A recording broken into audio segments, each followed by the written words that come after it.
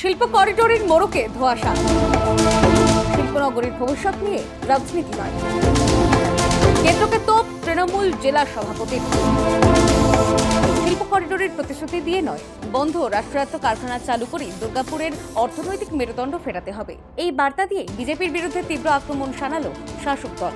শুক্রবার দুর্গাপুর জেলা তৃণমূল সভাপতি নরেন্দ্রনাথ চক্রবর্তীর সাংবাদিক বৈঠকে রাজ্য বাজেটের ভূয়সী প্রশংসা করার পাশাপাশি কেন্দ্রের শাসক দলের শিল্পনীতির কড়া সমালোচনা করেন। তিনি বলেন, শুধু করিডোরে খোলা জলে পেট ভরে না, খাবার চাই।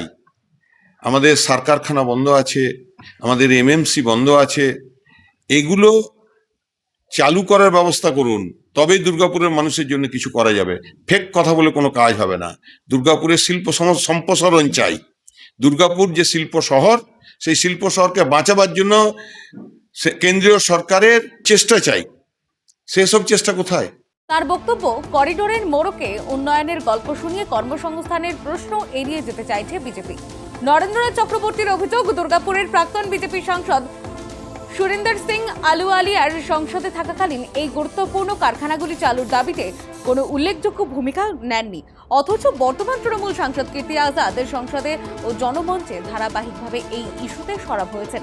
তার মতে, তো এর আগের বার আলুওয়ালিয়া সাহেব ছিলেন এখান থেকে এমপি সাহেব, তাকে তো একবারও বলতে শুনিনি। বরঞ্চ আমরা ধন্যবাদ দেবো কীর্তি আজাদকে।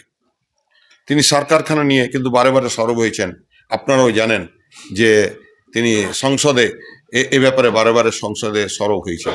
কিন্তু দুর্গাপুরের মানুষকে শুধু কথার কথা বললে হবে না, কাজ করে দেখাতে হবে, তবেই দুর্গাপুরের মানুষ এদিকে বিশ্বাস করবে। এদিনের সাংবাদিক বৈঠকে উপস্থিত ছিলেন তৃণমূল নেত্রী অনিন্দিতা মুখোপাধ্যায়, অসীমা চক্রবর্তী, পঙ্কজ রায় সরকার, পার্থ দেওয়াসী, অভিনব ব্যানার্জি সহ জেলা ও ব্লক স্তরের একাধিক নেতৃত্ব।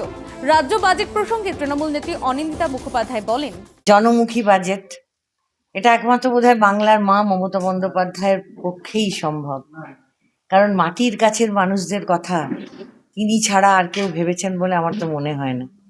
প্রত্যেকটি প্রকল্প আমাদের মাননীয় জেলা সভাপতি আপনাদেরকে পড়ে শুনেছেন যে প্রত্যেকটা কিন্তু একদম সাধারণ মানুষ, মানে গরিব কৃষক থেকে শুরু করে সাধারণ পরিবারের যারা বউ, ঘরের বউ, তাদের থেকে শুরু করে যারা বেকার যুবক, তিনি যে শুধু মেয়েদের কথা ভেবেছেন, মেয়েদের কথা ভেবে শুধু লক্ষ্মীশ্রী, এটা আমাদের লক্ষ্মীর ভাণ্ডার করেছেন, সেটা কিন্তু নয়।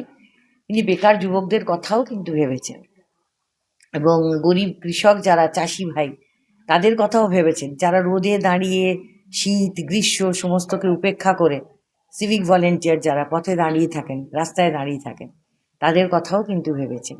আশা কর্মী যারা তাদের নিজের জীবনকে বিপন্ন করে ঘরে ঘরে গিয়ে সেবা প্রদান করেন, কাজ করেন, তাদের কথাও ভেবেছেন। মানে মা সবসময় যেরকম বাচ্চাদের কথা চিন্তা করে চলেন, এই মাও কিন্তু তার সন্তানদের জন্য, তার বাচ্চাদের জন্য এই অসাধারণ বাজেট করেছেন। করিডোরের স্বপ্ন দেখিয়ে নয়, বন্ধ কারখানার চিমনিতে ফের ধোঁয়া তুলে দুর্গাপুরের ভবিষ্যৎ গড়তে চায় তৃণমূল। শিল্প, কর্মসংস্থান ও মানুষের জীবিকা, এই বাস্তব প্রশ্নে বিজেপিকে চ্যালেঞ্জ ছুড়ে দিল শাসক দল। দুর্গাপুর থেকে বিধানচন্দ্র গাঙ্গুলির রিপোর্ট, বঙ্গলিখনী।